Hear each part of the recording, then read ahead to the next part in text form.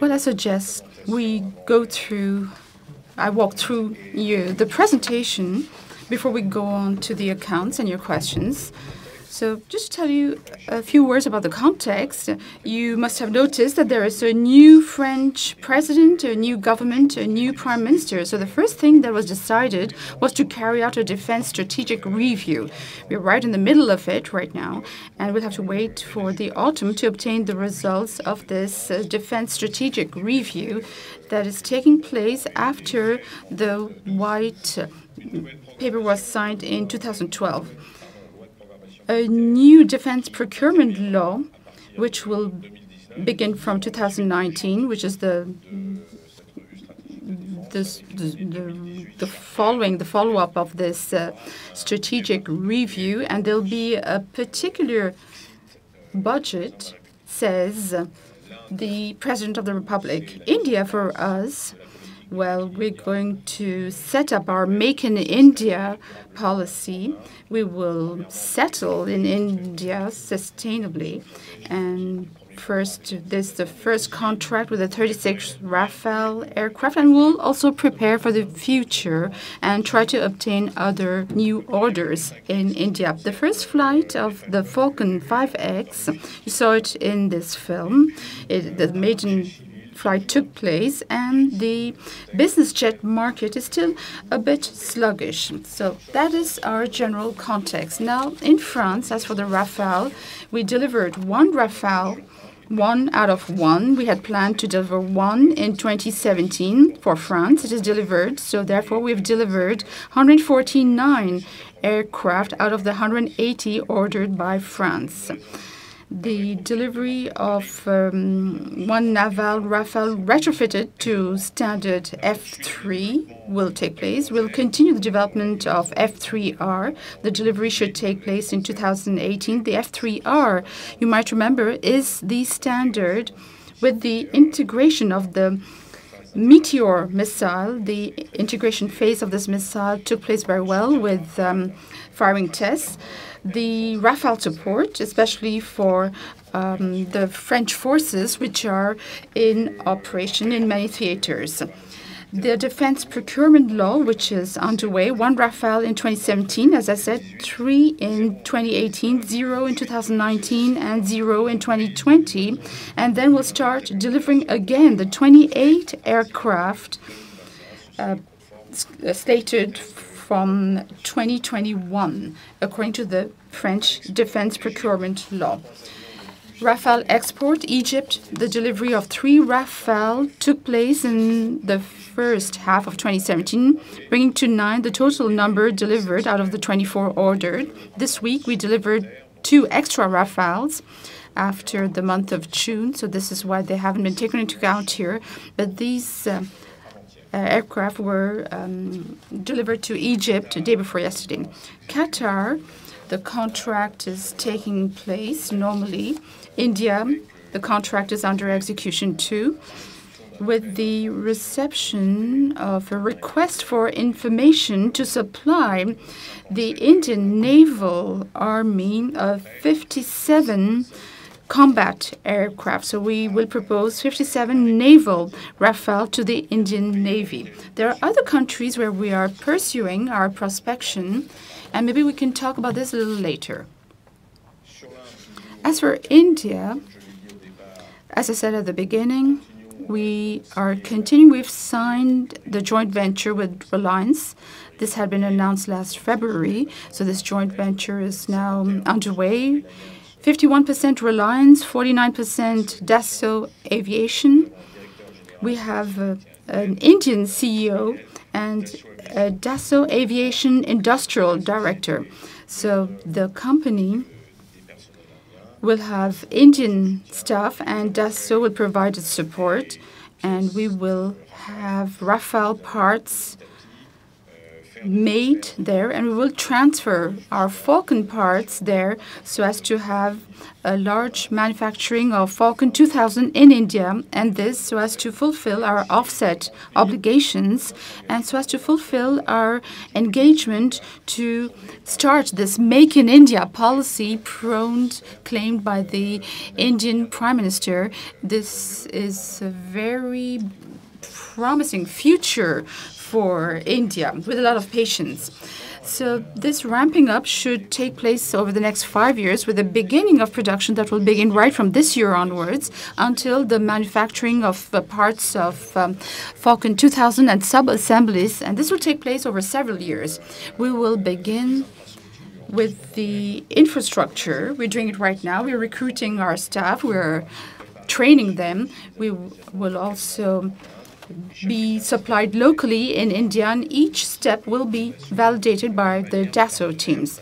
And our partners, Thales, Safran, and subcontracting, they're all working on their own for this Make in India. Mirage 2000, we are still supporting HAL to upgrade the Mirage 2000 for the Indian Air Force. France, we are continuing to upgrade the Mirage 2000, and we are supporting the Mirage 2000 fleet in France and for export, especially to the United Arab Emirates, especially for the Mirage 2000-D, which is in operation in the Yemen theater. Maritime surveillance, well, we are continuing our flight tests to upgrade our Navy, and we began a PLM system that we're implementing with our friends from Thales, SIAE, and DCNS, which are provided with the PLM systems. For maritime surveillance, we have obtained a 4th maritime surveillance contract in Japan. So we are continuing to modify our Falcon 50 for the National Navy. We have carried out drop hatches. The Neuron, as you've seen in the film, has continued its test campaign in Bru. It was done by the DGA to measure stealth after an intense flight test campaign to check that the stealth is good, and the results are good. I cannot comment them further. It is confidential still. And we are currently negotiating a new contract for a new phase of flight tests of the Neuron. The logical follow-up from the Neuron, it's the Franco-British program, the cooperation program that we initiated under the Lancaster House Treaty with BAE Systems, Thales, Leonardo, Rolls-Royce, and Safran. And our studies should enable us to launch an operational demonstrator by the end of this year. At least we're working with our partners on this, and it is, of course, for a UCAM demonstrator. Regarding the MALE drone, we're working with Airbus Defence and Space, Leonardo, as well, to carry on a definition study for countries interested. That's France, Germany, Italy, and Spain. They're the countries interested at the Franco-German summit that was held on the 13th of July last. There was a breakthrough piece of progress because there was a single engine and twin engine set of assumptions. There were 2 possible solutions, but it was the twin engine solution that would be adopted. Now, we also decided to continue our studies to prepare for the launch phase, and this drone, which is a European one made by European companies on behalf of 4 European countries, will try and make sure that we're one of the first programs to avail of the European Defence Fund, which, as you know, was instigated at the initiative of the European Commission, so as to provide match funding to programs rolled out in the context of partnerships between among countries. That would be an excellent opportunity for us to test out the intent of the European Commission to become interested in defence matters. Then we have the business jet market. I introduced this already. It's a bit difficult always. There's a lot of price competition still, and the pre-owned jet market is there. There are lots of pre-owned aircraft available, and that creates pressure on pre-owned jets. And of course, when there's pressure on pre-owned jets, you have a differential with a brand new aircraft that is high. And we try to bridge the gap by working energetically on our competitiveness in terms of price, but it's not sufficient, of course, to bridge that gap. And that means that clients then tend to postpone their purchases or their purchase intent. So there are geopolitical uncertainties, of course, economic uncertainties especially. Results have been published by others highlighting the U.S. tax issues, for example, and there is still the institutional crisis going on in Brazil.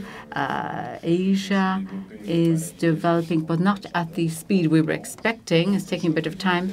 And there is this large pre-used aircraft inventory out there. So there are some positive signs regarding the pre-owned market. They're selling a bit better, but there is still a big inventory out there.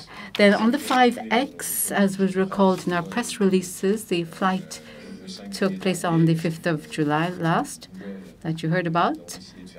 We decided to have the 5X fly with provisional engines that won't be representative of what the definitive series-produced engines will be, because the program has been subjected to delays because Safran has accrued delays.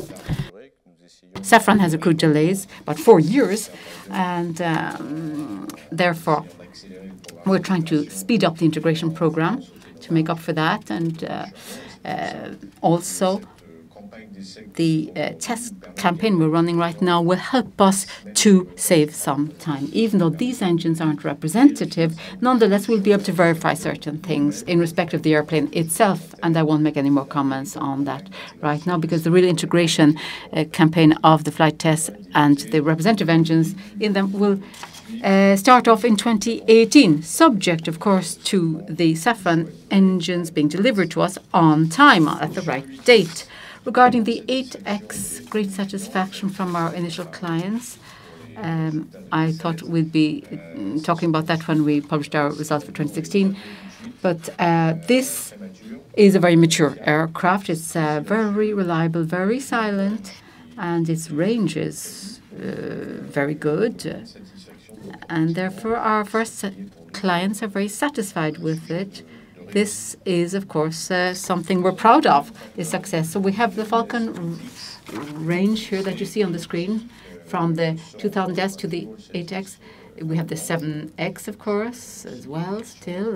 If you've got questions, still up there for sale. You can ask questions about it if you like later on. And as soon as the Safran engine, the definitive engine is available, we will, of course, be marketing the aircraft that will contain that. So we are, of course, located all around the world with an after-sales network. We've opened 2 new service centres in Malaysia and Austria to be as close as possible to our customers. Also, we've improved our services. The Falcon Sphere 2 presented at certain trade shows, the Falcon Immersive Training, which is also something that's been presented. It's a training program for mechanics using virtual reality, and Falcon Broadcast, which is a connected fault identification support system. So all of these enhancements enable us to assume a very good ranking in the annual analysis and surveys done by AIN and ProPilot. First place for us for support on aircraft entering into service, and first place also for us for service quality, availability and guarantee for all aircraft. So those publications recognize the ongoing progression of Falcon support services, and that's a source of great satisfaction for us. So now I'm going to go on to the results of H1. As for order intakes, 14 Falcon aircraft compared to 11 in the first half of 2016. But 11, that was the result of 22 minus 11 cancellations of 5X. As for the deliveries of Falcons, we delivered in H1 17 Falcons compared to 15 at the same time last year. We delivered 4 Rafales, the 3 Egyptian ones, plus at the 30th of June, plus the French one, compared to the 7 last year at the same time. So therefore, the backlog is at 60 Falcons and 106 Rafales, 31 for export, 106 for export. The net sales, 1.4 billion, 1 billion for Falcons, 200 million for export, and 200 million for France. The net sales, 2 billion, 1.1 billion for the Falcons, 700 million for Rafale export and support services, and 200 million for the French deliveries. And the backlog is at 19.8 billion euros, 3.1 billion for Falcons, 13.9 billion for export, and 2.8 billion for France. As for our self-funded R&D, it is increasing once again in 2017. This was planned because in 2016 we had slowed down the development of the 5X because of the difficulties on our engine. And now we are resuming more sustained activity on the 5X. So therefore, we are at the same levels as before. Here at the mid-year, we are at 176 million. And if you take the 5-year average, we're at 10% of our net sales. Adjusted income statement.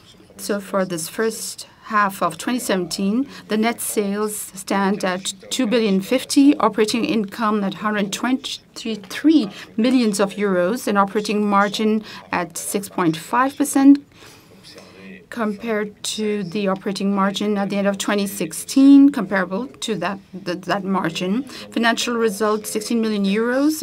Thales and other equity affiliates at 106 million euros. A clear increase, which translates the progress in terms of the results at Thales. Taxes minus 46 million euros. So therefore, the net income is at 199 million euros, which is a net margin of 9.7% compared to the 11.1% at the same time last year.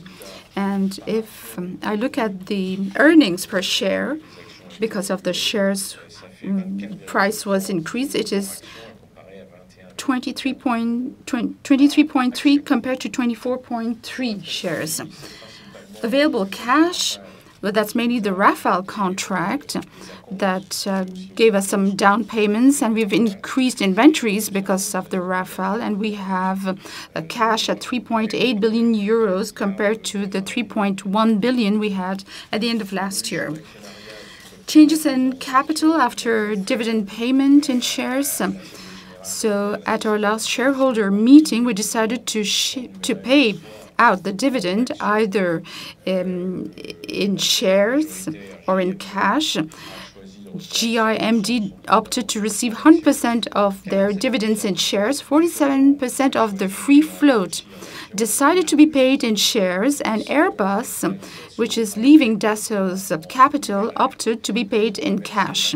So we paid 24 million euros of dividends in cash for a full amount of dividends of 100 million euros. So therefore, we have this new table, which you can see. This is the breakdown. It dilutes GIMD because GIMD received 100% of its dividends in shares. The free float is more or less the same. Airbus has gone down a bit. And this is the new table, therefore. A few words on the transformation plan. The transformation plan is mainly based on the digital lever. On the digital transformation, we have decided to launch a digital transformation. We have a partnership with Dassault Systèmes. This is a historical partnership, but it is always renewed. And we're going to support ourselves on their experience on 3D, as many other aircraft builders have decided to follow. So, and we're going to support our digital transformation. It's not just digital with our new tool, but also in our plants. We're going to upgrade our plants with new tools. We'll better manage the inventories and the orders, and we'll be more efficient in our plants. and we will have a better manufacturing, and the work of our manufacturers will be made easier. They won't have to do too much management work, and they'll be able to focus on their job as manufacturers. The plant specialization is being pursued. I announced this. We have a certain number of adjustments to be carried out in our plants. We've decided to keep the 9 sites of Dassault Aviation, and we want to have a greater specializations in our plants so as to better invest in our plants once the specialization will have been carried out. Just a few words now on our culture, on our strategy. We have decided to build a building in Mérignac for the service sector, that is design offices, support, so that some teams will be closer to the aircraft being built in Mérignac that are also flying. And besides our digital program, we'll be able to face the physical reality of the aircraft. It is not just putting Saint-Cloud in Mérignac, but we will have a stronger team in Mérignac. There are a lot of people who are already working in Mérignac. Now, I'll talk about the outlook and strategy in this uncertain environment. We have to ensure Falcon sales. That's the #1 priority. Prepare new Rafale contracts. I hope so, in any case, especially thanks to the implementation of this Make in India policy, this JV with Reliance. Obtain development contracts in France. We will be negotiating a 4th Rafale standard, which we call the F4. There are discussions with FCAS, with the British, for UCAV demonstrators, or based on the announcement made by the President of the Republic of a future Franco-German combat aircraft. For the male drone, the ability to quickly launch an observation drone with 4 countries involved. All this will have to be confirmed through contracts in the future, and this will contribute to maintain our teams at their top level of competence to ensure the bright future of our combat aircraft. We have to ensure the development of our Falcon 5X program, continue its integration. Once we'll receive the engines at the end of this year, the engines that are specific and those that will be certified, we would like to launch a new Falcon so as to widen our range and mobilize, as I said, all our energy to succeed in this transformation plan. And this will allow us to adapt ourselves to the market. It will allow us to adapt ourselves to the changes in the world, whether it's the economic world or the geopolitical world, will be in order to win this competitiveness and to be more flexible. So it is a difficult context for our Falcon program, but we would like to confirm our net sales for 2017, which is going to go up, and we will keep delivering our 45 Falcons and 9 Rafales in 2017. So this is my formal presentation, and now I'm ready to answer your questions.